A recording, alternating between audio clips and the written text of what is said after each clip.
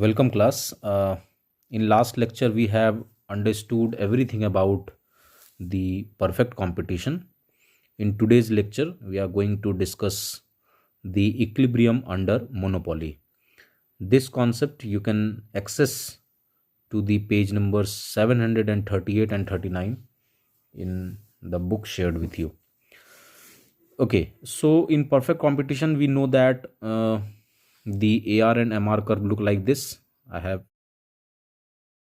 made this curve, you can see on the screen. Okay, it will look something like this. Okay, but in the case other than perfect competition, we have already discussed under revenue analysis, the AR curve or the demand curve is a downward sloping. So under monopoly,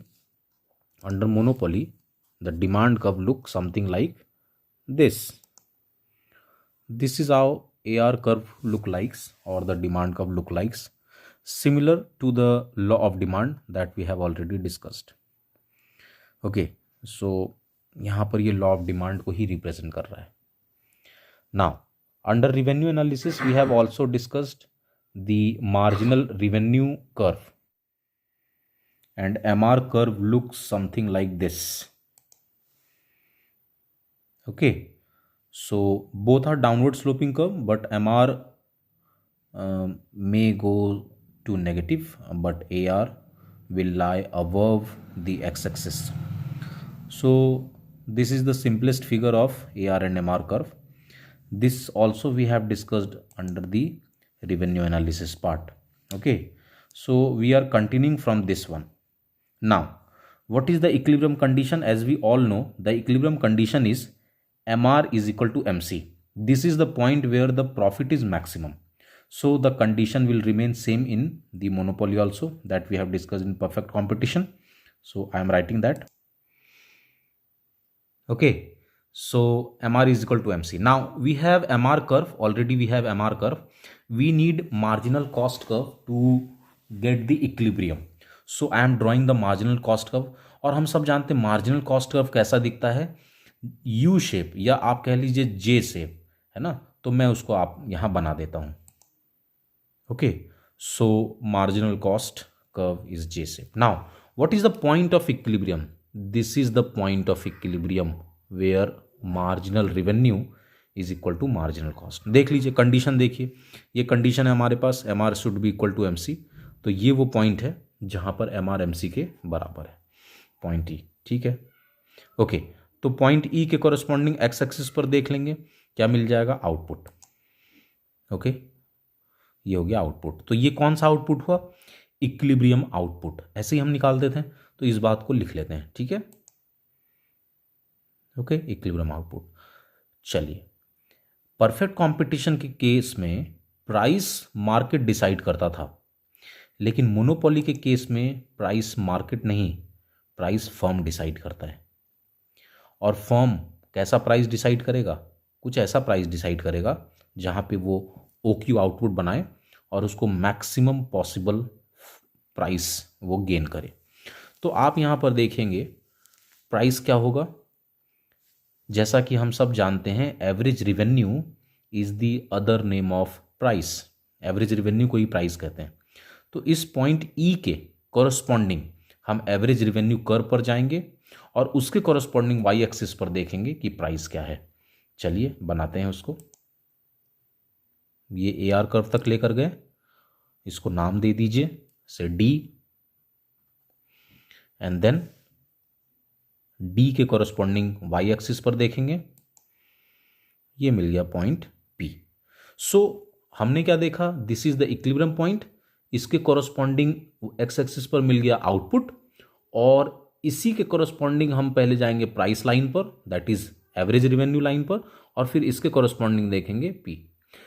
कुछ लोग गलती क्या करते हैं, इसी point से यहां पर देखते हैं. क्या होगा बच्चों, अगर यहां से हम देखेंगे तो मुझे जो मिलेगा वो मार्जिनल रिवेन्यू की वैल्यू मिलेगी, प्राइस की वैल्यू नहीं मिलेगी. हमें क्या चाहिए, प्राइस की वैल्यू.